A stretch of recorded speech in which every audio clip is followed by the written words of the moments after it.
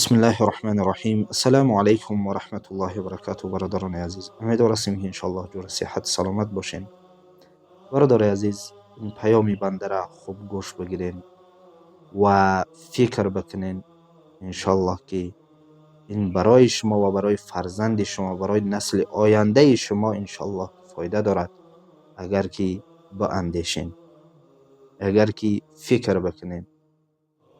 پس به سبب خاموشی ما و شما، این رژیم رحمانوف و این فرعون و این بیدین و این خونخوار و این دیکتاتور بسیار ظلم ها را بالای سر ما و شما روا دید و حتی به خاطر این پلان شمی که دارن، به خاطر این بیزنسی که آنها دارن، این سربازگیری آنها، این ابلوگیری آنها، این همه بیزنس است به خاطر اون خانواده. پس این همه به خاطری هسته که منفعت شخصی آنها حفظ بشود و کار به جای رسید که به خاطر این پلانی که آنها دارن، به خاطر سربازگیری، کار به جای رسید که آنها از طریق ناموس این پلان هاشون دارن پره میکنن. ناموس جوان تاجیک، ناموس او کسی که میگه من مرد هستم، ناموس او کسی که میگه که من مسلمان هستم، ناموس او کسی که میگه من غیرت دارم، ناموس او را میآید میگیرن میبرن در عدل ها، در دیگر جاها، هفته ها، شب روزها، بدون اینکه آنها در یک مرد همراه آنها باشد، از خود آنها بدون این آنها را در اونجا شب و روز نگه میدارن و با آنها تهدید میکنن که به شوهرت زنگ بزن بیاید، مگر نه فلان و فلان میکنیم. یا اینکه میگن به فرزندت زنگ بزن. مادری تاجیک میگن به فرزندت زنگ بزن بیاید، مگر نه این کار و اون کار رو بالای سریت میکنیم. او را تهدید میکنن و بعضی های دیگر را میگیرن میبرن فشار بندی میکنن، میگن که فرزند تا بگو بیا، مگر نه تر ما باز نمیکنیم. یا اینکه فرزند تا بگو اگر بیاید بیا، نه مگر تو اینقدر پیسون باید که جریمه بسپاری. این چه حیات است؟ این چه ذلت است؟ این چه خاری است؟ ما و شما یک زندگی خوب و آرام در وطن خود نداریم. حتی این رژیم نمیگذارد که یک جوان برود در بیرون از وطن، دور از پدر و مادر، دور از خویش اقارب، چیکار بکند؟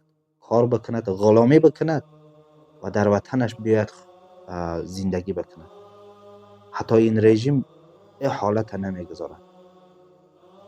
غریب در غربت است، در مهاجرت است، در غلامی هست، اما در اوجا ناموس او زیر فشار است، پدر و مادر او زیر فشار است که تو باید یا با او را سوم روان بکنی یا که برای خدمت این خانواده را بکنی. این خدمت رفتن به خاطر حفاظت از وطن نیست. برادران عزیز متوجه باشید، اینها در فکر وطن نیستند. اگر اینها در فکر وطن می بودند، اینها به دست خود وطن ما و شما را، این خاک ما و شما را به دست چین و به دیگر جاها سودا نمی کردند. اما شاید شما این را متوجه باشین که اینها در قصه وطن نیستند. این سربازگیری و این ابله و این همه به خاطر منفعت شخصی این خانواده هست. این همه بیزنس است. پس متوجه باشین تا به کی این خواری و ذلت ما و شما میپذیریم. حتی کار به جای رسیده است که اینها به ناموس ما و شما آشکارا دست درازی میکنن و ناموس ما و شما را آشکارا تهدید میکنن. این چی گپ است؟ آیا این حیات است؟ آیا این زندگی هست؟ تا به کی ما و شما خاموش می نشینیم؟ تا به کی؟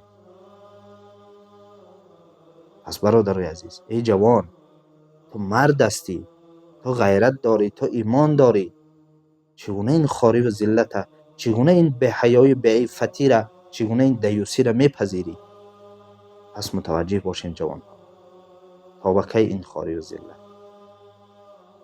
و در اخیر این را گفتنی هستم که این رژیم فکر میکند که به این سربازگیری های مجبوریشان، به اینکه آنها جریمه میکنن یک کس میارن سرباز میکنن، یا که سگ واره سر میکنن یک کس سرباز میگیرن، یا اینکه ناموس یک کس میگیرن میبرن او را تهدید میکنن میگه تو بیا خدمت بکن، این رژیم فکر میکند که اینها در وقت سختی از آنها دفاع میکنند، از وطن از خود آنها. این هم از سربازگیری ها به خاطر حفاظت از منفعت شخصی آنها است.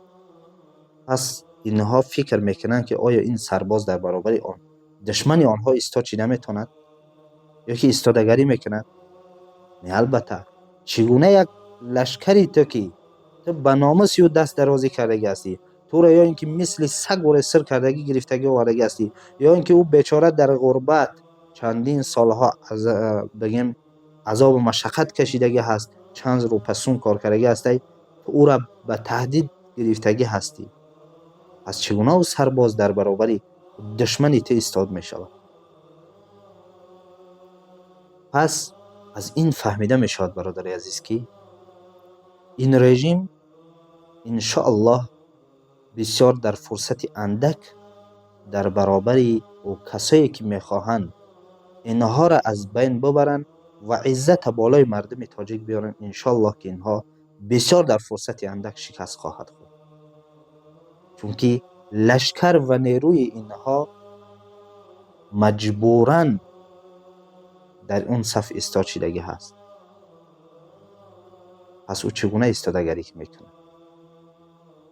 به همین خاطر هر چقدری که این حکومت ظلم بکند، انشاءالله که و کسایی که میخواهند مردم تاجیک با عفت زندگی بکنن و دیگر غربت نباشه و دیگر این خاری و ذلت نباشه و همیشه مردم تاجیک با عزت زندگی بکنن، انشاءالله که این رژیم و این حکومت خونخوار و این ظالم انشاءالله در برابر آنها در مدت اندک انشاءالله که شکست خواهد خورد.